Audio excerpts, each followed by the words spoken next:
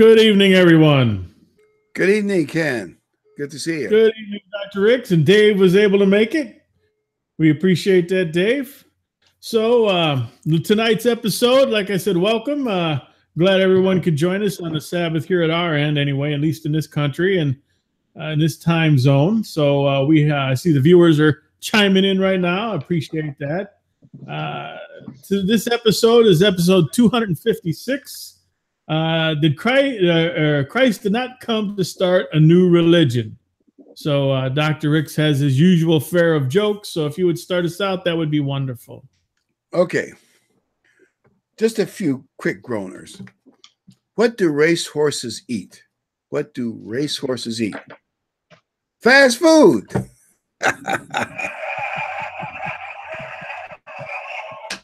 Okay. What did the horse say to the angry cow? What's your beef? Okay, this is one I like.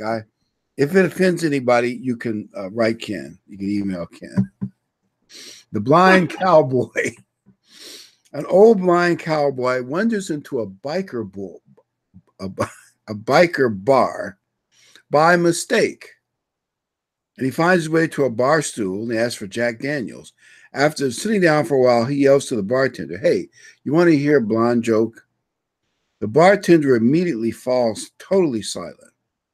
In a husky lady's voice, the bartender says, "Before you tell that joke, cowboy, I think you might want to consider something. You don't really know what kind of bar you're in." The bartender is a blonde girl holding a baseball bat. The bouncer is a blonde girl with a billy club. I'm 6 feet tall, 175-pound blonde sitting next to you with a black belt. On the other side, the woman sitting next to me is a blonde with who's a professional weightlifter. And number 5, the lady to your right is blonde and a professional wrestler. Now, think about it, buddy. Do you seriously want to tell a blonde joke? The blind guy thinks for a minute, and then he says, no way. I'd have to explain it 5 times.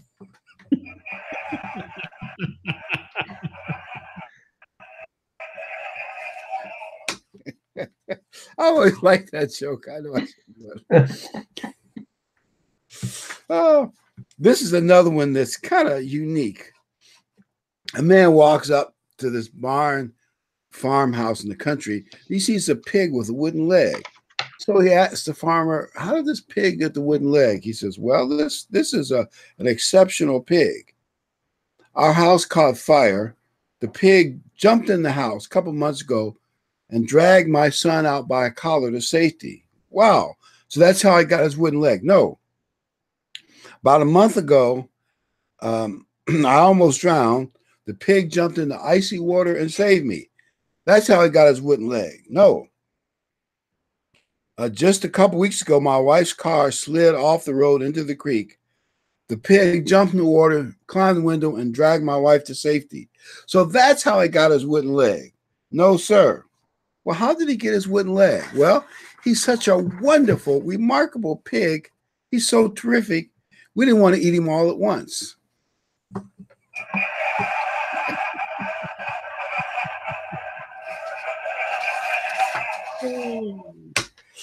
Love eating pigs. You gotta have an excuse. Just want to eat the pig all at once. Okay.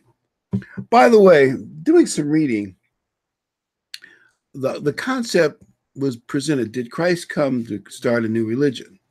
You realize that the premise behind Christ starting a new religion could be the justification for rejecting. Well, most people don't reject everything in the Bible or the 10 Commandments or the Old Testament. It's sort of like a cafeteria. What don't we like? Or what do we want that we shouldn't want? And that's what they'll reject. Item 1, item 5, item 2, item 10, and they adjust it. So if you see it as a new religion, then it's a lot easier to make those changes. But if you realize Christ did not come to start a new religion, So I think we need to discuss it and show you. Everybody can think about it, give their own thoughts, but I think it'll be clear Christ did not come to start a new religion, because religions are really based on the worship of a God. So if you're worshiping the true God, then that's the true religion. And we would argue that the New Testament church did not change the God they were worshiping. You know, I'll make statements sometimes and ruffled this guy's feathers a couple of weeks ago, and he said, well, you and I don't have the same God. And I said, okay, I'm good with that.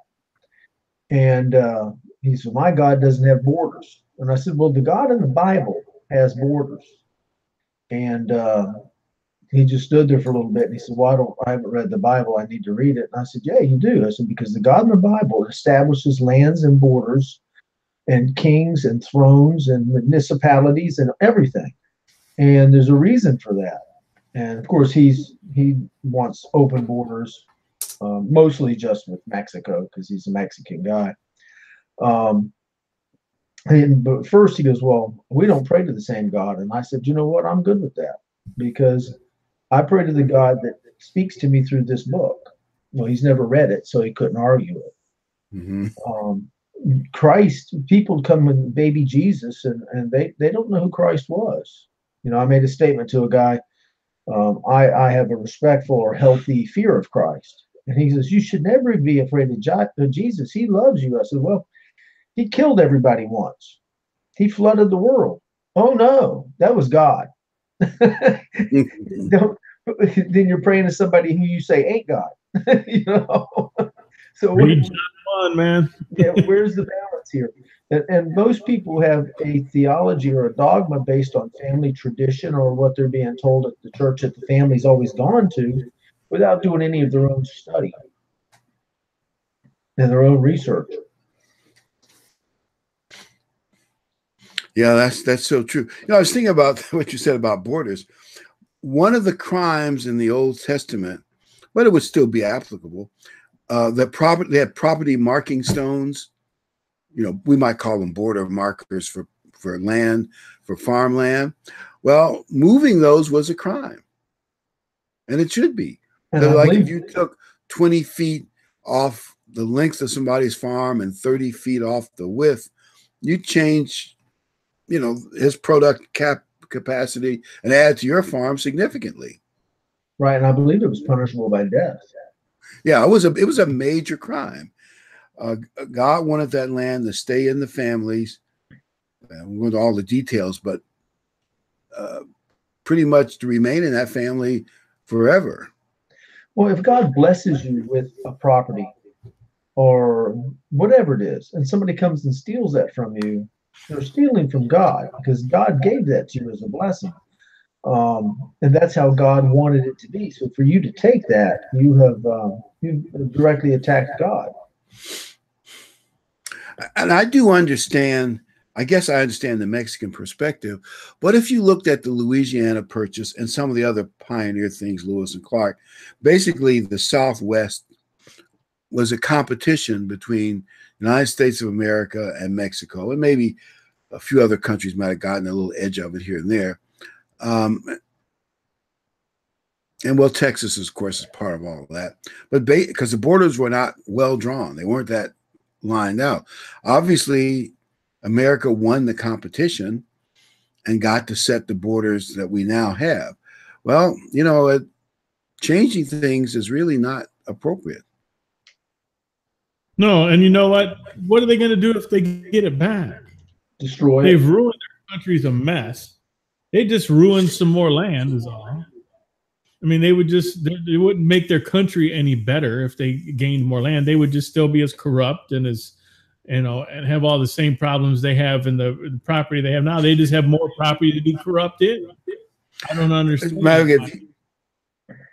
If you look at Texas history, I know that it's probably complicated, but the big factor was when the Texans, and I guess mostly folks from Tennessee and wherever they came, when they built Texas, it was part of Mexico.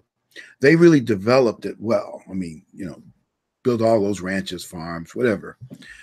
And they just discovered that Santa Anna, and whoever else was in that area, was a very corrupt government, and they didn't want to live under a corrupt government, and they're the ones that had developed it. Now that's just history, and if you try to relive history, then countries south of Mexico could say, well, we want to change that border, and that's just constant trouble. Anyway, borders are set and settled, and they should stay that way. That's cause for trouble when you start messing with them, and that's not how neighbors should act toward each other. I read something about this woman, Ocasio or whatever. They just got Ocasio-Cortez, I think her name is. It just got voted in New York. They were asking her about Israel and Palestine. Another interview she said later, after she kind of looked at, embarrassed herself in that one, she said, well, I didn't know Israel was a country. All they did, she won the primary. She didn't get voted really anything yet. She just won the Democratic primary. Right. So, I mean, the more she talks, the worse it looks for her. Be great if she lost a Democratic seat. Wouldn't that be wonderful? But wow, you know what? If she'd have won the nomination and just shut up, she'd have a much better chance. Well, one thing is for sure, Jesus Christ came to fulfill all the things that the Bible had been saying. Moses said, God will send you a prophet like me, but by implication, even greater. And Israel had been waiting for the Messiah to come, and many things. So Christ did not come in contradiction to the Old Testament. Let's read our first slide. He came in cooperation with it.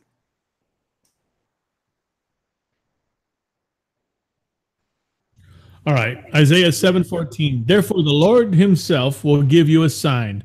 Behold, the virgin shall conceive and bear a son, and shall call his name Emmanuel.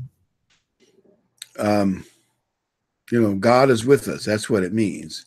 And he will ultimately be the Messiah that will save all mankind, starting with Israel. And when Christ came, he threw out the money changers at the temple. He cleaned the temple. That was fulfilling another prophecy. We'll just look at a few, but there are over 100 prophecies, and there are many Bible commentaries that will list them for you. Let's go with our next slide and look at another thing that Christ did, that what he was supposed to do by the Old Testament, and he did it.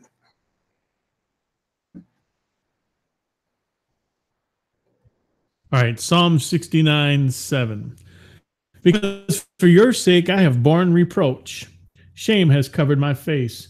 I have become a stranger to my brothers and an alien to my mother's children.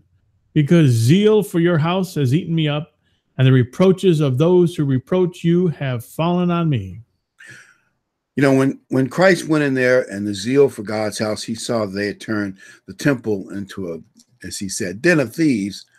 He threw them out. The Pharisees, well, that is that and a few great miracles.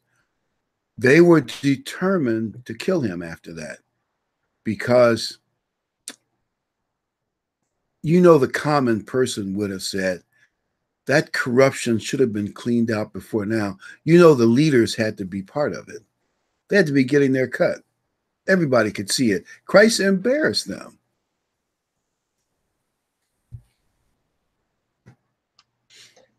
And the main thing is, he is simply doing what the Old Testament said the Messiah would do for that time period. He came to die and save us from sin. All that is in the older half of the Bible. There is no contradiction. There's no new religion being brought. Here's something to think about. I'll ask this question to Ken. If God in the past, and there's tons of things, not just the flood, but many, many other things, if he punished kings and priests and nations for sinning, and they went into exile and all kinds of punishments, and then all of a sudden he said, oops, I made a mistake. All those laws are erased and done away. Does that make any sense? No. the next verse that we were going to read, nothing changes. His don't change his how he feels about change. I mean, this passion interact does not change. So that wouldn't change either.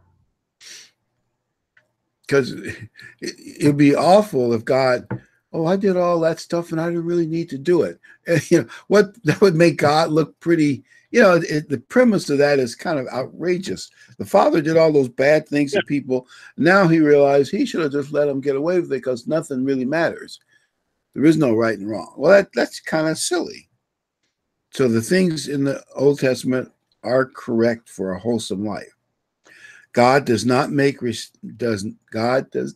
mistakes. Therefore, a new religion was not necessary. And the God that people think of in the Old Testament actually was Jesus Christ before he divested himself of divinity and became just a baby inside Mary. And the world doesn't know that. It's one of the things I learned in the church that kind of surprised me. I was in a main Protestant church for many years. I never, ever heard anything like that. I grew up in the church, and Christ was really downplayed quite a bit until probably the early 70s. And somebody came out and said, they wrote the book, I think Herbert Armstrong wrote it, The Incredible Human Potential.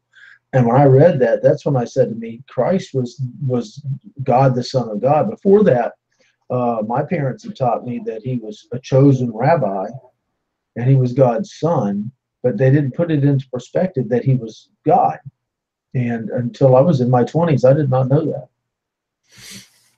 Yeah, I guess maybe they didn't emphasize it like they should have, but he is the God that we'll see that as we get into all the verses. But let's look at the next slide. And God does not change. He does not change. No, he doesn't. And you know what? A lot of the churches, they won't touch these verses. Hebrews 13:8. Jesus Christ is the same yesterday, today, and forever. Not hard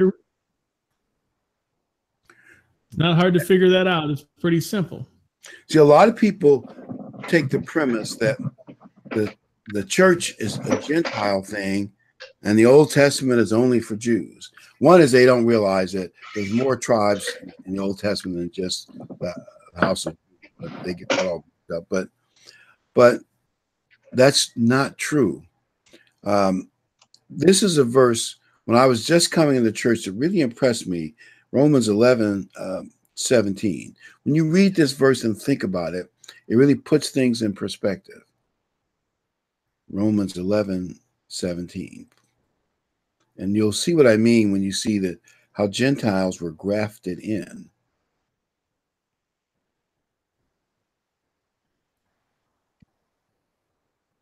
Whoops, 13. And if some of the branches were broken off, and you being a wild olive tree were grafted in among them, and with them became a partaker of the root and the fatness of the olive tree, do not boast against the branches. But if you do boast, remember that you do not support the root, but the root supports you. Now, when I look at that being grafted in and the root supports you, that means Christianity is part of the worship of the true God of Israel. If you want to look at it this way, we Gentiles could be considered spiritual Israelites. As Paul said, circumcise your heart, not your flesh. But the point is, we're supported by the root. Well, the root is the Old Testament and all the history of Israel that Paul, matter of fact, Paul even tells them, in 1 Corinthians 9:10, he says, all those things that happened in the past, meaning Israel in the desert and all the things written about in the Old Testament, are for our admonition. And you can read all the details, but we stand on the root of the whole Bible, which if you want to view it this way, is what Judaism is supposed to be based on. We'll get to that in a minute, because that's one of the potential issues. But God has not changed. He's the same as he always been. Let's go to Malachi 3:6. This is similar to the verse we saw before, just an Old Testament version of it. All right. For I am the Lord, I do not change. Therefore, you are not consumed, O sons of Jacob. If you love me, keep my commandments. And then these you all had grouped together. I assume you want me to read all these at once. But you might comment on John 14:15, because this is the Passover night meal. And what does Christ tell us to do if we love him? Keep his commandment. You'd be amazed how straightforward and simple that is, but most churches, they play a game of grace. Yep, and they're nailed to the cross in their opinion. But he says to keep them. He contradicts himself if that's the case, Anyway, Matthew 5:17. Do not think that I came to destroy the law or the prophets. I did not come to destroy, but to fulfill. By the way, law and the prophets is another way of saying the Old Testament.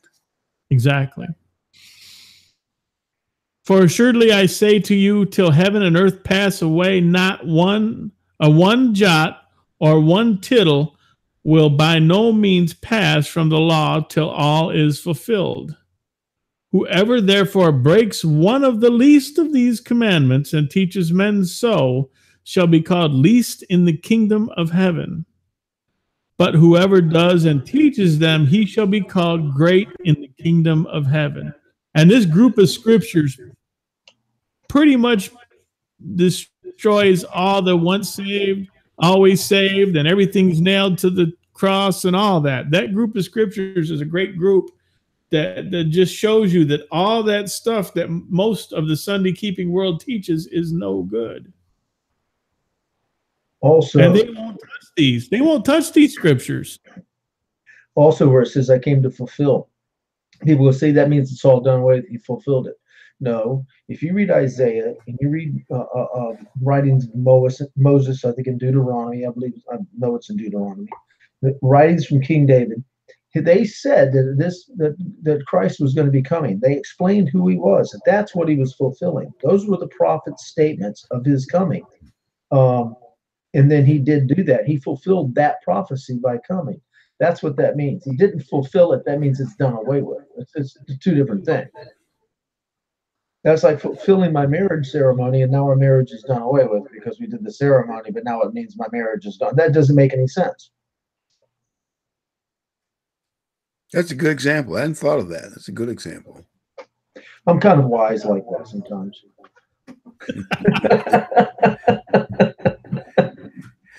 I hate to say this. I hate to bring it up. But some of your fans still tell me they want you to trim your beard back a little bit. I took 3 inches of this beard off last Friday. Oh, congratulations. Yes. I'm on it. I took 3 inches off last Friday. Your fans are probably very happy about it. Had it professionally done because we're going to be doing the special Sabbath tomorrow with Mark Armstrong here. And my wife was grieved because now she can't braid it like she used to. I say let it grow down to your belly, man. What the heck? I'm going to, which is amazing because my belly's getting bigger too. So it works. It kind of, one cancels the other one out. That's what I'm saying. That's what I need to do. Like I really big. Well, we better get back to subject. Stay out of trouble. But Christ came to support the Old Testament. Otherwise, God made big mistakes. And most of the mainstream churches they're blinded and they don't see that. But Jesus Christ is the God of the Old Testament in the past. Let's look at the next 2 scriptures, and we'll see that the Bible the New Testament labels Christ, the Messiah, as the God of the Old Testament. All right, Ephesians 3:9. And to make all see what is the fellowship of the mystery, which from the beginning of the ages has been hidden in God who created all things through Jesus Christ. John 1:1. In the beginning was the Word, and the Word was with God, and the Word was God. He was in the beginning with God. All things were made through him, and without him nothing was made that was made. And the Word became flesh and dwelt among us, and we beheld his glory, the glory as of the only begotten of the Father, full of grace and truth. Another What? the Go ahead, Sunday ministers will never touch.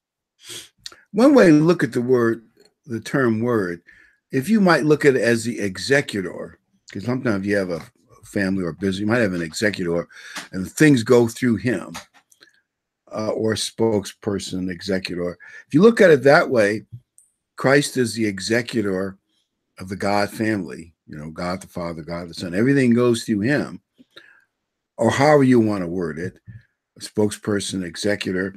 And that means, who did Abraham talk with? The one that later became Jesus Christ. It kind of takes a whole new perspective on things, doesn't it?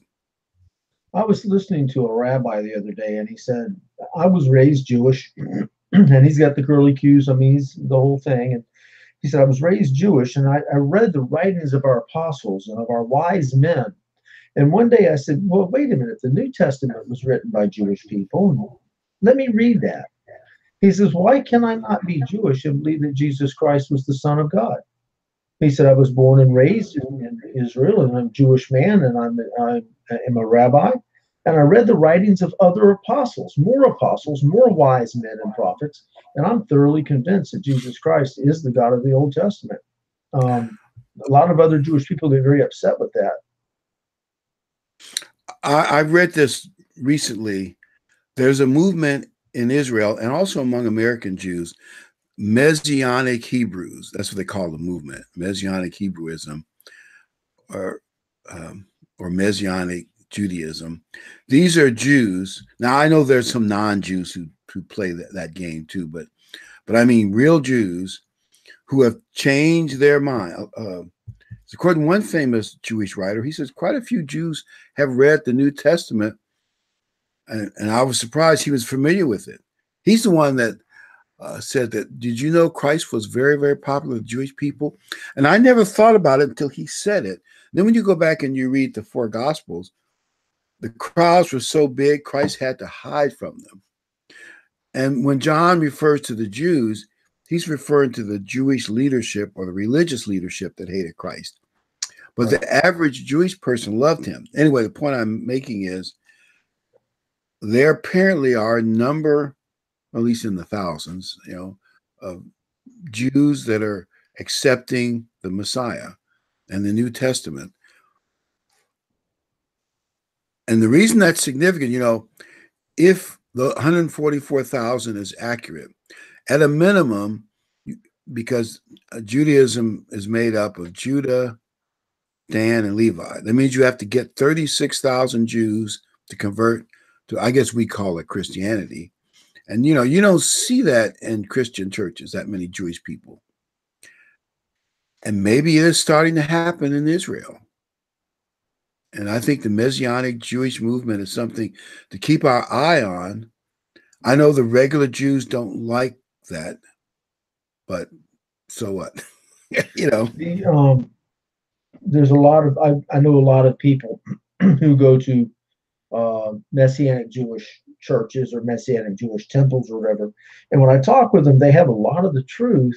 There's one seems to have all of the truth, but some of the others, it's almost like it's a scam. It's like they come on and they do some Jewish traditional things or whatever, but they believe in going to heaven when you die, and they're dancing and singing, and it's almost like it's a new fad or something. So I'm really cautious of some of them. There's one group that I'm talking with that does not seem to really be that way. But most of the others, when I actually get down to the nitty-gritty of the Bible itself, they think you're going to heaven when you die. It's basically Christianity with some Jewish tradition thrown in, and people like that. And they meet on the Sabbath. They do keep the Sabbath and the holy days. And I've heard they do a lot of dancing in church, and that's fun. Right. I've heard the same thing, that non-Jewish people who get into the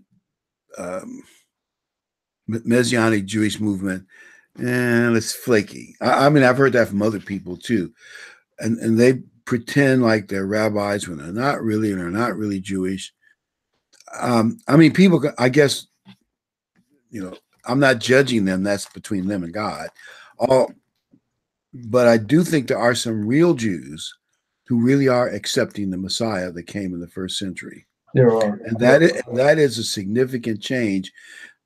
40 years ago, that a Christian Jew was like rare as a hen's tooth. Because now I know this isn't true now, but 40 years ago, Jews still blame Christianity for the Holocaust and several other pogroms in their European history. I mean, I realize now a lot of Jews feel positive toward evangelical Christians because they're supporting the state of Israel. But if you go back 40 or 50 years ago, that was not true. Right, it was not. Very different world. Very different world. And I do think evangelical Christians and religious Jews are starting to look at the world and see that they have a lot in common and can support each other. It seems to be that way with a couple of them that are my students. They don't, they're very Jewish, and they're very caught up in their traditions and that kind of thing. But a lot of times I've noticed with them, when a Jewish person is married to a non-Jewish person, they go, oh, there you go, kind of. But they didn't do that. But with my wife, they said to me, you are perfect for each other. Even though she's Italian, we're perfect for each other.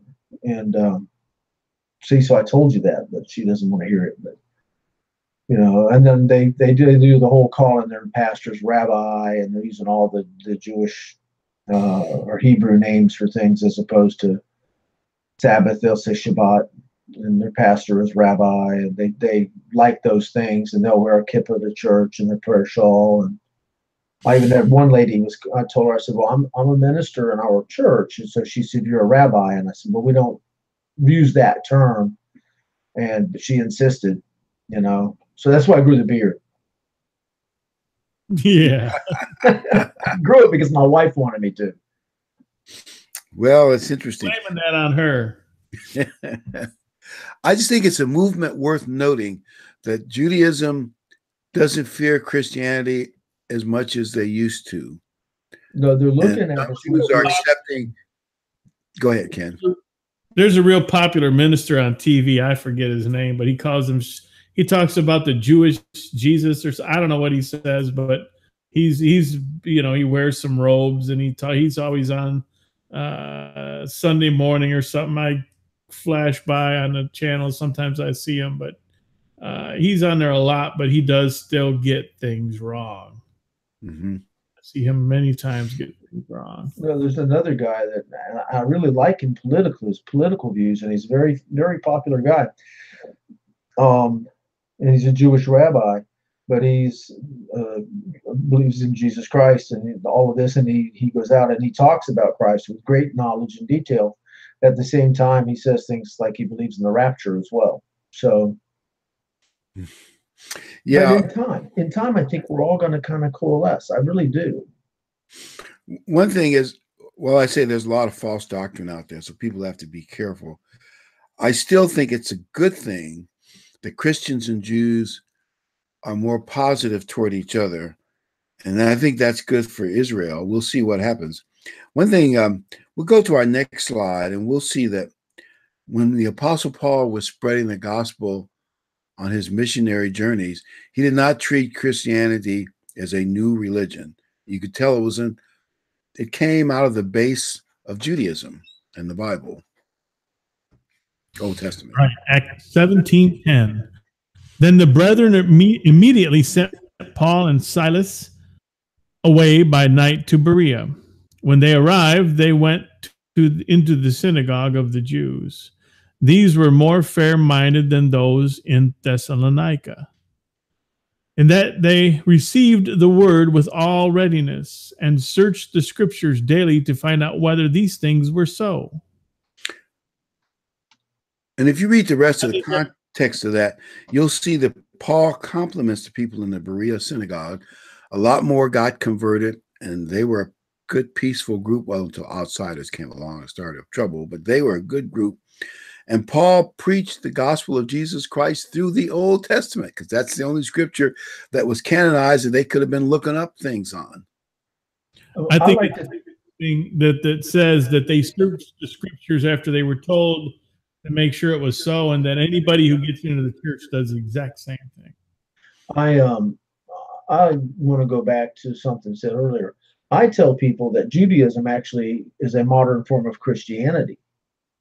It came out of Christianity, because if Christ was the God that said, "Let us make man in our image," and wrote the 10 Commandments with his own hand, Christ is actually older than the Jewish people or Jewish tribe. And how Moses was being taught was not Judaism. It was being taught by God. This is how I want you to live. And then when the old covenant was put together through the Levitical priesthood, that's how Judaism, as we know Judaism, was born. But that was thousands of years after Christ had made man and Adam and Eve and the flood and all those other things. So Christianity, the worship of Christ, is actually much older than Judaism. That's very true. And adding a few more details to it, you might ask the question, why did the religious leaders of Jesus' day, the ones who were leading Judaism, why did they go astray? Obviously, the Bible of the Old Testament that the Jews use has basic truths that we can trust. So the Jews had some basic truths. But my first point is, the Jews are like every other nation in this world. They've been deceived by Satan. Let's go to the next slide. And I want to talk about how the Jewish people got led astray. I mean, they're closer to the truth, but still led astray. Revelations 12:9. So the great dragon was cast out, that serpent of old called the devil and Satan, who deceives the whole world. He was cast to the earth, and his angels were cast out with him. And I assume the whole world means every major nation has been deceived one way or another. So knowing human nature being what it is, should we be surprised that the Jewish people, even though they were given and preserved the oracles of God, were deceived? It's no great surprise, since only a handful were inspired by the Holy Spirit, prophets and a few people of that nature. The vast majority were not. And I'll give my version of the story. I mean, there's a lot of details, but when the Jews came back from captivity, they decided, we don't want to do any more Sabbath breaking and idolatry. And that was all good. So they said, let's build safeguards into our religion so the people can't go astray. Those stupid people don't know what they're doing. I mean, the religious leaders were saying this. So they started, we did have a podcast about all the extra laws they put on, and people can read that article, get more details. But they started building laws around the laws, and what I call almost like a law clerk in today's world. They made legal precedents and rules about rules. So in effect, within a few centuries when Christ got there, Judaism was legalistic, but misguided legalistic, and more tradition oriented. And not all traditions are bad, but some of them, like taking care of your parents and others, were actually violating the laws of God. And that's how they got off. And I actually believe this, though reading it's kind of hard to see it. The scribes and Pharisees, sort of like the U.S. Senate, they passed laws, but they exempted themselves from some of it. Can you see how corrupt that could be? Yeah, you mean like the healthcare plan, yeah, exactly. Or like Social Security. You all probably know this. Federal workers are exempt from Social Security. They have their pension is paid 100% by the government. Really a great pension, much better than Social Security. It's not good enough for the government. My only point is they did things of that nature, so they could have some really hard rules on the people, exempt themselves from some of it, live high. It's really corruption in a religious, governmental sense. And when Christ came, who did he criticize the most? The regular sinful people or the Pharisees and scribes? Well, he came for the common man, and he spoke in a language that they understood, and he didn't pull any punches, and he spoke harshly at times about the evils of the Sanhedrin and the Pharisees and that kind of thing. And that upset those people, kind of like what we're looking at today in America. Yeah. I mean, power corrupts. And they had religious, political power, and the Roman Empire continued. The Roman Empire wasn't stupid. When they took over Judea and the Holy Land, they said, look, they even went out of their way to avoid things that would offend the Jews. And most people don't know that. The Romans did several things that they didn't have to do. And they said, look, as long as you follow some basic rules, and we can, put troops wherever we want to put them, and you pay your taxes and some other trade rules, you can rule your people any way you want to, except you couldn't give them the death penalty without our permission, but they could do a bunch of other stuff. And that was smart of the Roman Empire. That meant the Jewish leaders still had a lot of power. So Judaism got off track in that way. Let's go to the next slide. But it's no surprise Satan deceived the whole world. I'm not surprised he deceived them too. All right. Romans 11:5.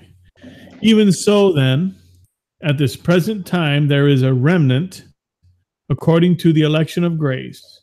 And if by grace, then it is no longer of works. Otherwise, grace is no longer grace. But if it is of works, it is no longer grace. Otherwise, work is no longer work.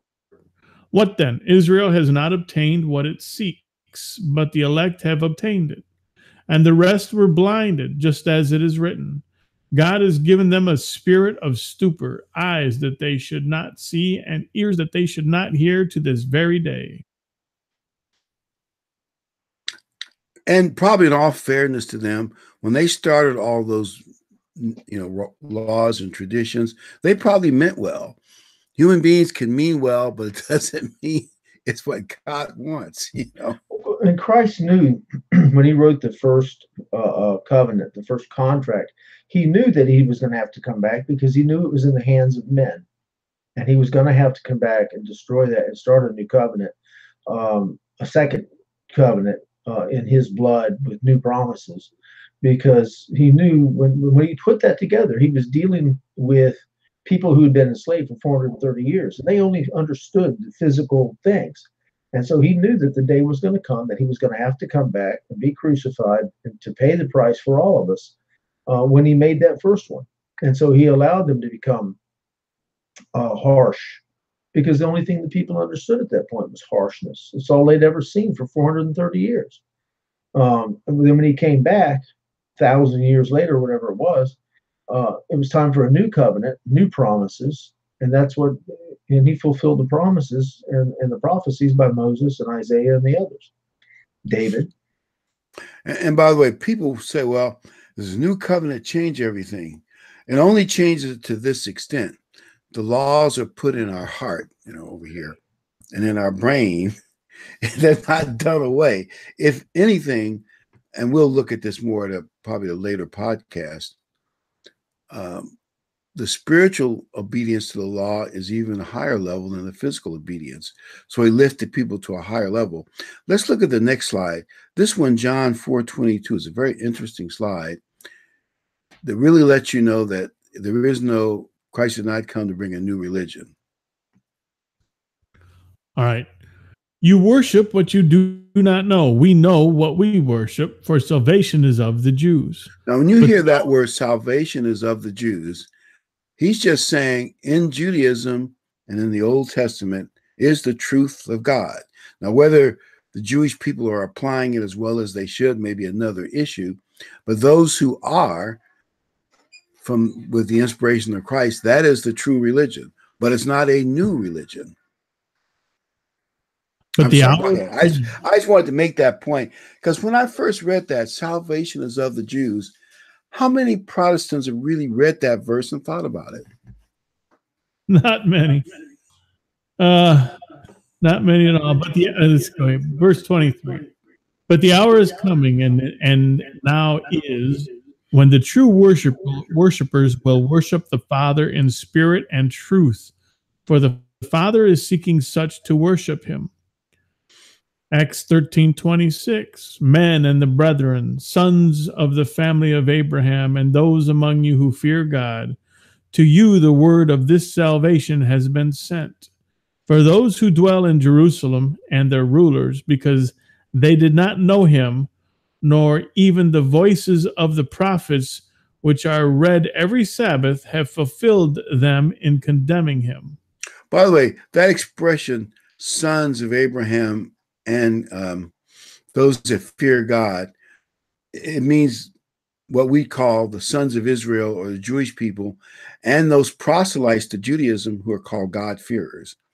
And a lot of the early Gentiles were around the synagogue. They learned to fear the true God. And it's just two categories of people that you don't really think about. Those who were attracted to the synagogue but were Gentiles because they learned that the pagan gods were not the real God.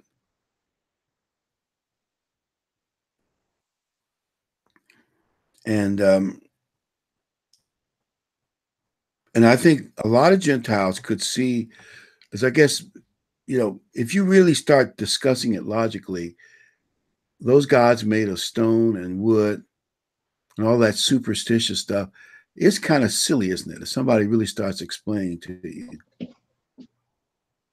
It's not kind of silly. It's ridiculous. And you could see a certain amount of Gentiles would say, wait a minute, this isn't right. And they start looking for a God who's higher than that. And a lot of them were attracted to the synagogue. It was a source of truth in a very backward, superstitious world. What if we showed up, 2,000 years ago with a G.I. Joe and a Barbie? I mean, they move.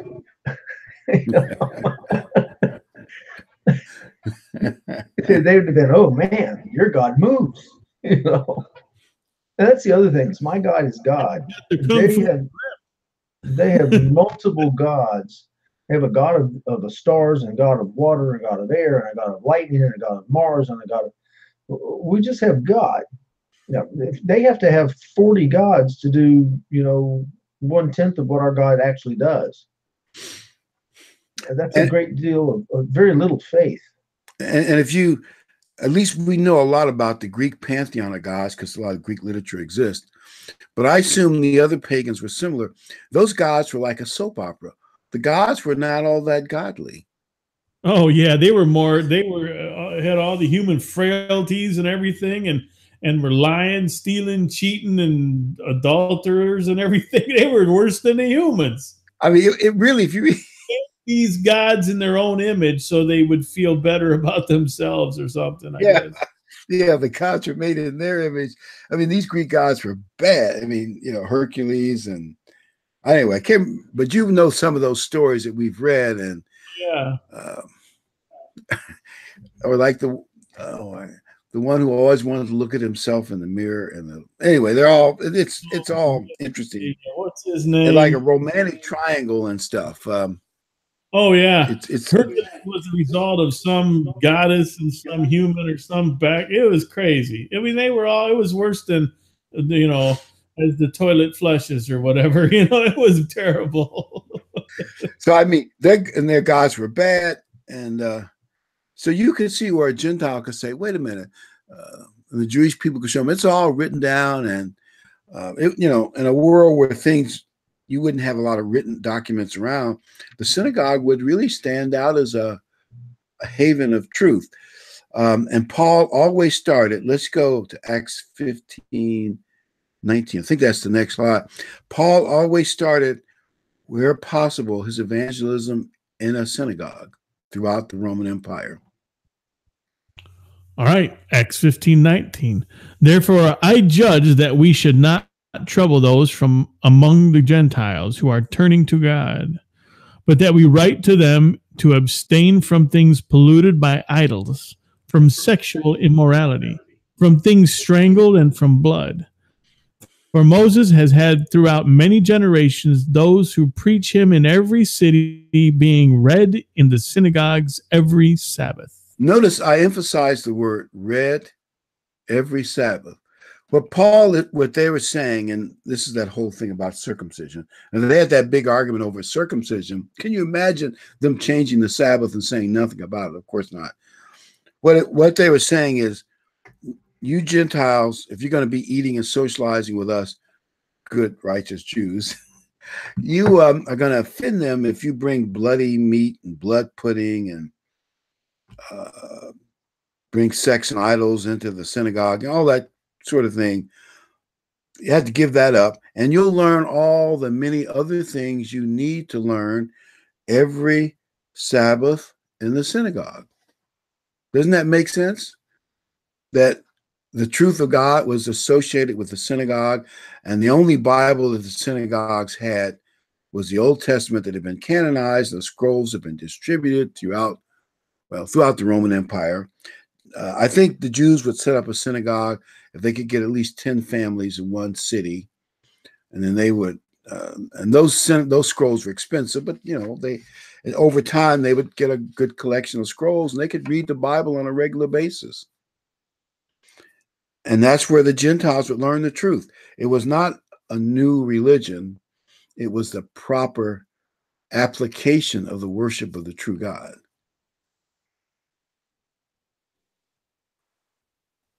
Right, because the worship's never changed. I mean, from day one. But people say, "Oh, well, the food laws were added when Moses came along." But no, if you go back to the ark, he took 2 of the unclean, and I think it was 7 of the clean animals. So they were clean and unclean from the beginning. So this is the way of worshiping Christ is not new. It might be new to you. Parts of it may be new to me, but it's not new. And again, Christ being the Christ who created the world, all things were created through him. Nothing was made that he didn't make, and including thrones and kings and everything else. Then this worshiping him, it goes all the way back to the very beginning. And I'm sure that Adam and Eve were taught this is how you worship me. In fact, proof of that is when he was with the Cain and Abel. He said, "This is how you slaughter the animal. This is how you worship me on Passover." Remember, it wasn't until a number of years, like 16, 17 years, something like that, before the Christians were even called Christians. Some say it was even by their opposition called them that. What probably happened is the Christians in Antioch, there was a different Antioch further north, a big Gentile city, they started to see a difference between the regular Jews and this other group of Jews. And they wanted to differentiate the two. And the other group of Jews were the ones who, I guess we call them Messianic Jews, the ones who accepted that Jesus Christ was the Messiah who came and died and was resurrected. And they saw a difference between the two groups. The two groups didn't label themselves that. Also, over time, it probably varied with the city, the Jews pushed the Christians out. The Christians didn't turn on the Jews pushed them out. And you'll see when you go through Paul's evangelistic tours, it varies with the city and time and place, but you'll see, like in one city, I think it was Ephesus, he was there for quite a while, but eventually the Jews pushed him out, but the head of the synagogue went with Paul, and they ended up renting a school next to the synagogue where they met. But those that have been in church schisms, we can understand that. Does that make any sense? It wasn't a new religion, and I think the Jews pushed the Christians out, not because the Christians were mean or bad. I think the truth embarrassed them. I'm sure that's what it was. Absolutely. And I guess God wasn't calling all of them. And if they weren't called, they didn't see it, and I guess they didn't want to see it. Well, they also would allow Gentiles to worship. Today, if you started keeping a Sabbath in a Sunday keeping church and you pulled out and a couple of people were asking questions. They don't want to talk to you. They want you to go away. Yeah. They don't want to talk to you. I've had a man actually back up, literally like I was a magnet with reverse magnetism.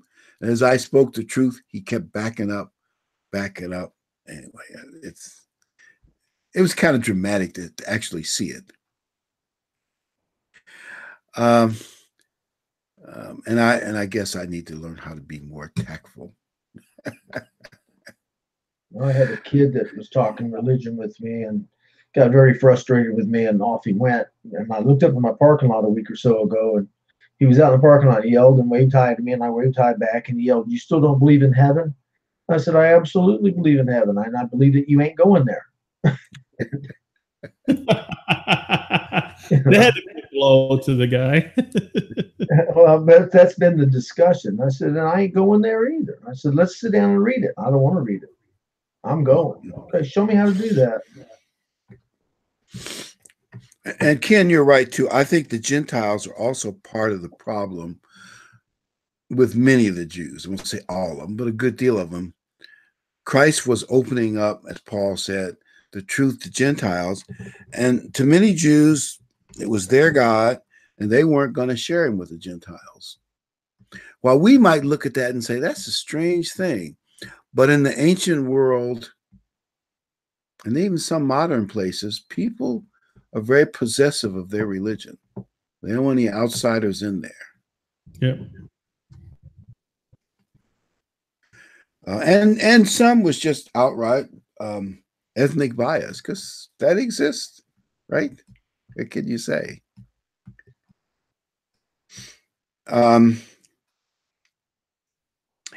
And let's look at the last verse that we have, because remember we said that Judaism had the truth, but they somehow, in the way that. All right, Mark 7:7. And in vain they worship me, teaching as doctrines the commandments of men, for laying aside the commandments of God. You hold the traditions of men, the washing of pitchers and cups, and many other such things you do. He said to them, all too well you reject the commandment of God, that you may keep your tradition.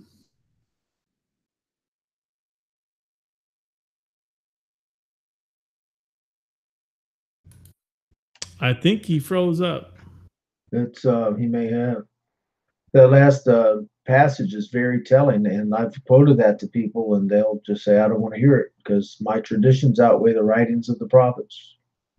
Yeah, isn't it interesting that when you can present facts to them, not unlike some of the people in the media on political issues, they don't want to hear the facts. If the facts don't support their narrative they've been told their whole life, they will run from it like the plague. I've got one here in town, and she's very sweet. The other day I saw her, and she said, "I love you to the bottom of my heart." But she ain't going to hear it when I say the traditions of these men don't outweigh the writings of Christ and the prophets. And she goes, "Oh, yes, they do. Yes, they do." But then she'll hug me and say, "I love you to the bottom of my heart, with all my heart." And she really is as sweet as can be, but she cannot hear this. You know, and that last verse, Jesus was heavily criticizing the false leaders of his nation. Yeah. He clearly did not come to start a completely new religion. I mean, it's been pretty obvious what we've presented tonight. Some followed Christ and his disciples into fully worshiping the true God, as Moses had done in his lifetime. So it's obvious that they were trying to push them into almost a different religion. Is what we hear every day, is that the mean old God, they rejected him, and they reject in these Sunday churches his commandments and every good thing that he taught, and they just, the love and faith and which is wonderful, but that's only part of the. They don't want the whole story. They only want what fits their narrative, their peaceful little setup that they have in their mind. Just be good and at the end of your life, you'll get to go to heaven and everything is wonderful. And it's not nowhere near what the Bible actually says. And what it actually says is a lot better. The promises are better.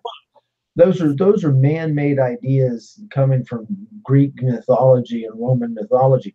The promises that are actually made and that will actually happen are so much more spiritual and so much deeper and so much further. Give us so much more.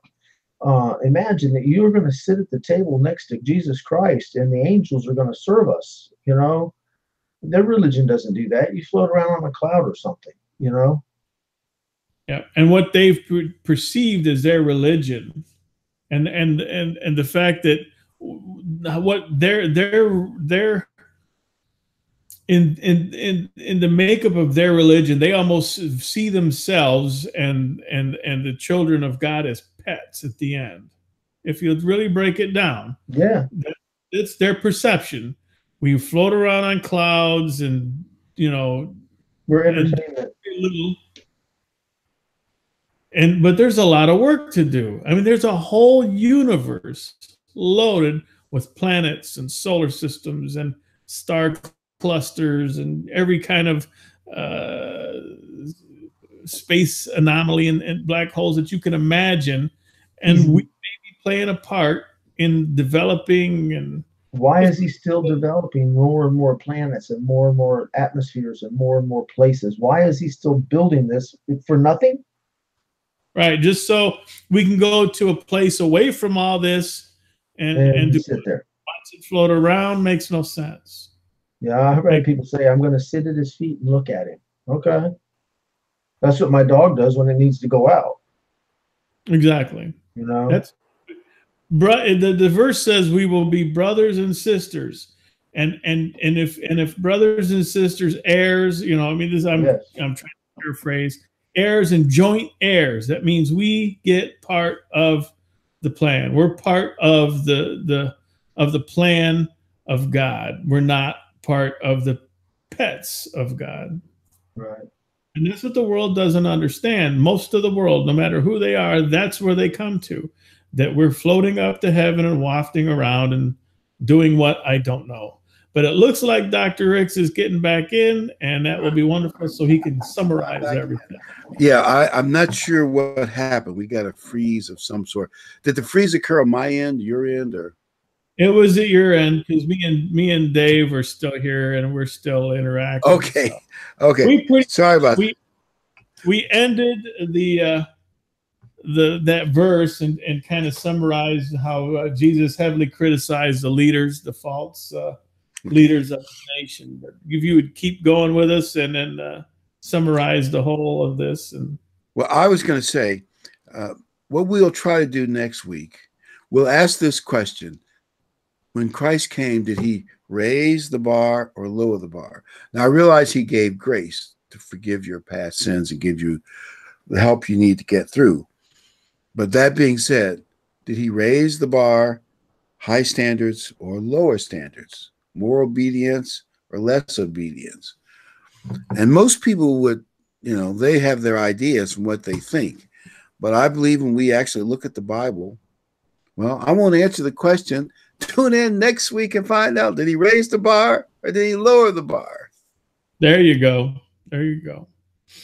Do we want to cover any news? The only thing I would say is seems to be a lot more weird animal happenings and weird weather and geological things going on. I was hearing a lot more about different earthquakes and volcanoes and weather. There's floods in some areas and droughts in others. And it just seems to be a little more action than usual lately.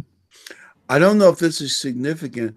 The economy hit 4.1 GDP. That hasn't happened in probably a decade and a half or so.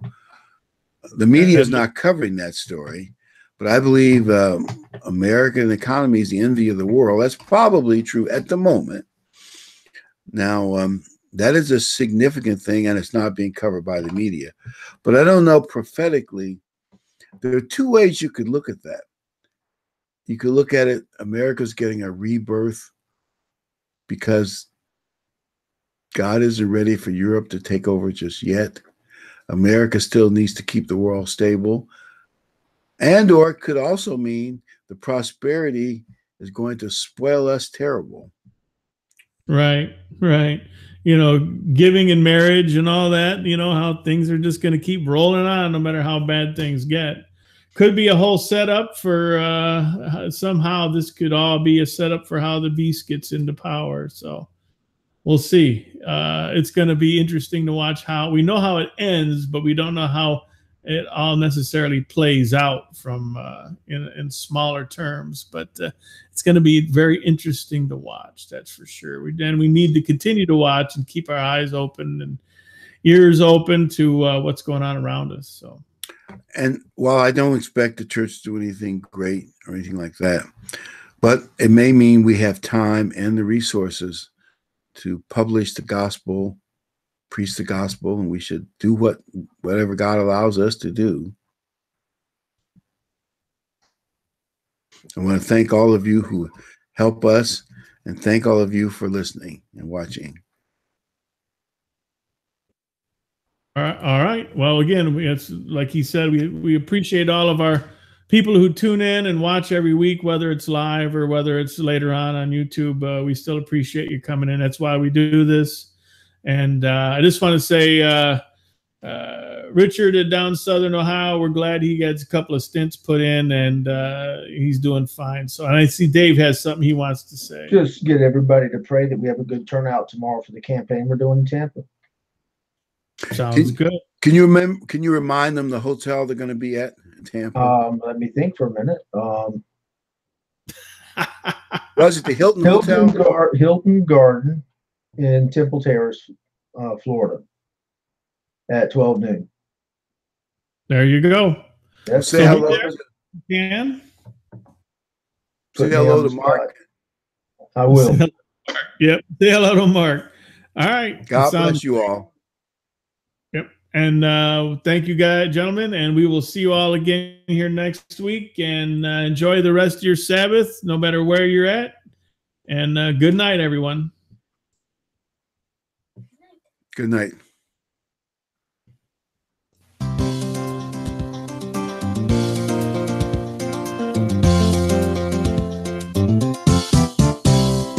We're happy you could make it. So glad you are here, and hope that we've been able to make God's word more clear.